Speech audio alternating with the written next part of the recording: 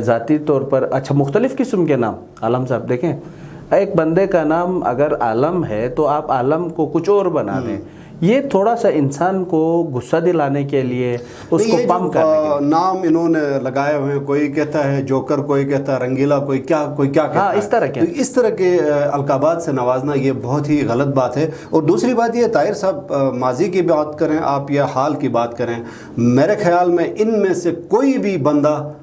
جو ہے کرپشن سے پاک نہیں ہے میں یہ سمجھتا ہوں ایک دوسرے پہ الزامات تو یہ لگاتے ہیں لیکن میرے خیال میں ان میں کوئی بھی ایسا بندہ نہیں ہے جو پاک صاف ہو یا کرپشن میں اس کا کوئی ہاتھ نہ ہو بالکل بہرحال یہ چیز کوئی بھی بندہ آ کے ان میں سے کوئی بھی ممبر آ کے کیا قرآن پہ ہاتھ رکھ کے کہہ سکتا ہے کہ میں کرپشن سے بالکل پاک ہوں یا میں اس چیز میں نہیں ہوں کوئی بھی بالکل ایسے الفاظ کا استعمال نہیں ہونا چاہیے بلکہ ایک دوسرے کے خلاف الزامات کے بجائے جو لوگ مسائل کا شکار ہے ان کی طرف توجہ دینے کی ضرورت ہے دوسرا اہم جو آج کل چل رہی تھی جو اہم خبر ہے وہ یہ ہے کہ پولیس کے جو جوان ہیں ان کی ریکروٹمنٹ کا سلسلہ جاری ہے جسمانی ان کے ٹیسٹ لیے جا رہے ہیں فزیکل ٹیسٹ ہو رہے ہیں اور ساتھ ساتھ اب ریٹن ٹیسٹ کی طرف بھی جا رہا ہے اوورآل اس تمام جو سیاسی گہما گہمی الفاظوں کے حملوں کے بعد ساتھ ساتھ یہ بھی چل رہا ہے تو اس پہ بھی بتائیں کیسا جا رہا ہے شفافیت ہے کیا ہے جہاں تک پولیس جوانوں کی بھرتی کا تعلق ہے یہ جو آئی جی پی ہیں انسپکٹر جنرل آف پولیس وزیر سعید صاحب وہ بہت فیئر لگتے ہیں ہمیں تو اور جب بھی ہماری ملاقات ان سے ہوئی ہے یا ہم ان کی باتیں سنتے ہیں تو بالکل بہترین انداز میں وہ بات کرتے ہیں اور میرٹ کو وہ زیادہ پریفر دیتے ہیں اب حالیہ دنوں میں کچھ ایسی باتیں بھی سامنے آئی ہیں خاص کر یہ جو دیامر کے حوالے سے سوشل میڈیا کے اوپر کچھ چیزیں سامنے آئی ہیں کہ وہاں پہ کینڈیڈیٹس جو ہیں وہ نہیں تھے دوسرے لوگوں نے پیپرز دیے ہیں اور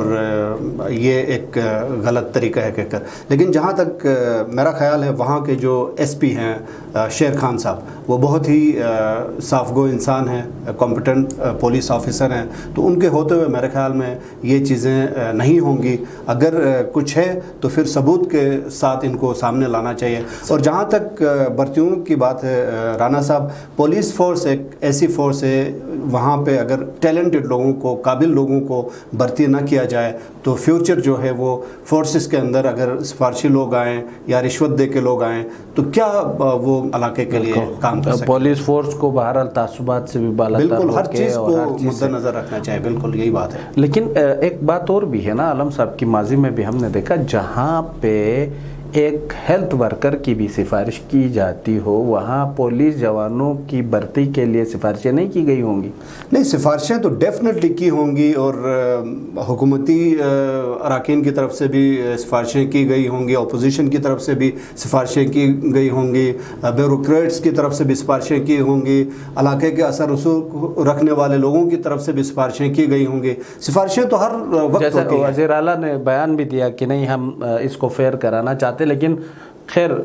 اگر کوئی بندہ الیکشن لڑے کسی حلقے سے بالکل اور اس کا ووٹر ہو اور وہ اس ووٹر کا بیٹا جو ہے وہ پولیس فورس میں اپلائی کرتا ہے اور جوان لگنا چاہتا ہے تو اس کا والد تو اس کے پیچھے پڑے گا اور پھر یہ پریشر اس میں کیسے اپنے اوپر سے نکالنا ہے یا کیا کرنا ہے اس نے سفارش کرنی ہے اور پیچھے پڑنا ہے تو مجھے جو لگ رہا ہے کہ کچھ نہ کچھ تو ظاہر ہے سفارش وہ تو ظاہر بات ہے وہ تھریڈز بھی کیے ہوں گے بہت ساری چیزیں ہیں لیکن آج کل آپ کو پتہ ہے کہ میڈیا کافی ایکٹیو ہے تو میڈیا ایکٹیو ہے تو ہر جگہ میڈیا کے لوگ کیمرے لے کے پہنچ جاتے ہیں کوشش بھی کرتے ہیں چلیں جی بلکہ اس میں نا مثبت سوچ رکھتے ہیں امید یہ رکھتے ہیں کہ انشاءاللہ بہتر ہو لیکن اگر نہیں ہوا تو خیر سامنے بھی آئے گا بالکل سامنے بھی آئے گا اور پھر اس پہ انشاءاللہ ہم دوبارہ بھی بات کریں گے اس طرح کی کوئی بات سامنے ضرور اچھا دوسرا یہ کہ آپ نے ایک تصویر دیکھی ہوگی صابر صاحب 2 کنٹینرز کے سامنے جو کوارڈینیٹر ہے صوبائی حکومت کے 2 کنٹینرز کے سامنے چھڑی لے کے کھڑے ہیں اور ان کا بیان سامنے آیا کہ یہ تو میں نے منگوایا اور جو لیٹر ہم نے دیکھا اس کے اوپر بھی ان کا نام لکھا ہوا ہے کیا مسئلہ ہے اوورال کیا ہے؟ یہ اصل میں صابر حسین جو ہیں وہ بہت ہی انسان دوست شخصیت کے مالک ہیں، آپ کو معلوم ہے، آپ جانتے ہیں ان کو بخوبی۔ تو ان کا کہنا یہ ہے کہ 2-3 مہینوں سے وہ چائنا گورنمنٹ کے ساتھ خط و کتابت میں تھے، تو ان کے ساتھ ان کا رابطہ تھا، اور اب وہ بحیثیت کوآرڈینیٹر ٹو سی ایم وہ خط و کتابت اس حساب سے وہ کر سکتے ہیں کسی بھی پروونس کے ساتھ۔ تو اب وہاں سے شاید کوئی امداد صابر کی کوشش پہ بھیجی گئی ہے۔ تو اب صابر کا یہ کہنا ہے کہ سوس کے اندر یہ ٹرکس جو ہیں وہ روکے گئے ہیں جو کہ امدادی سامان لے کے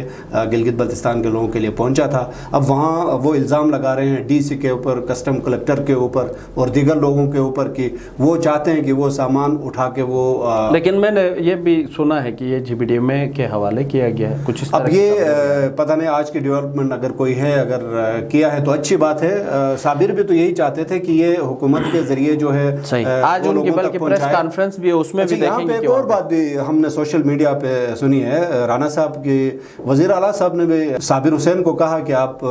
خاموشی اختیار کریں، نہ کرنے کی صورت میں آپ کو عہدے سے فارغ بھی کیا جا سکتا ہے۔ تو اس بات پہ صداقت ہے؟ آپ کے نالج میں کچھ ہے اس حوالے سے؟ نہیں ہے عالم صاحب۔ اچھا، اس پہ بلکہ میں تحقیق کروں گا، اگر ایسی کوئی بات ہوئی تو ضرور میں شیئر کروں گا۔ الٹا آپ مجھ سے سوالات پوچھ رہے ہیں عالم صاحب، میں نے آپ کو بٹایا ہوا ہے۔ چلیں میں آپ سے آخری جو مجھے کنفرم نہیں تھا، میں نے سوشل میڈیا پہ 2-3 جگہوں کچھ باتیں افواہ بھی ہو سکتی ہیں، ہاں یہ بھی ہو سکتا ہے، یہ بھی ہوتا ہے، رومرز بھی ہوتے ہیں، اور ہو سکتا ہے کہ وزیر اعلیٰ اور صابر حسین کے بیچ کلیش کرانے کے لیے بھی اس طرح کی کوئی اگر ایسا کچھ ہوا ہے تو آج صابر حسین صاحب کی پریس کانفرنس ہے، ہم ان سے یہ سوال پوچھیں گے اور وہ جواب دیں گے۔ اچھا، ساتھ آخری سوال، کیونکہ اچھا خاصا ٹائم ہوا ہے۔ وجاہت خانزادہ ایک نوجوان ہے جو کافی سوشل میڈیا میں ان رہتا ہے، پیدل کافی مشہور، پیدل یا بائک پہ جیسے بھی وہ پہنچتا ہے گلگت سے اسلام آباد، اور جھنڈا اس کے ساتھ ہوتا، پی ٹی آئی کا بڑا وہ ہے، اور اس کی طرف سے یہ سامنے آیا ہے کہ دھمکی سامنے آئی ہے کہ اگر اس کے پتہ نہیں وہ کون سے مطالبات ہیں جو بھی ہیں جاب کے حوالے سے، تو وہ یہ کہہ رہے ہیں کہ جی اگر میرے مطالبات نہ مانے گئے تو میں پل سے چھلانگ لگا دوں گا۔ یہ میں نے بھی سنا ہے، اور 2-3 دن کے اندر اس خانزادہ کی جو بھی مطلب یعنی ان کی ڈیمانڈز ہے اگر وہ پوری نہیں ہوئی تو وہ ایک ہاتھ میں پاکستان کا فلیگ اٹھائیں گے، دوسرے ہاتھ میں وہ پی ٹی آئی کا جھنڈا لے کے وہ آئیں گے چنار باغ کے پل کے اوپر، وہاں سے وہ چھلانگ لگا کے دریا میں خودکشی کریں گے۔ تو یہ ان کی طرف سے ایک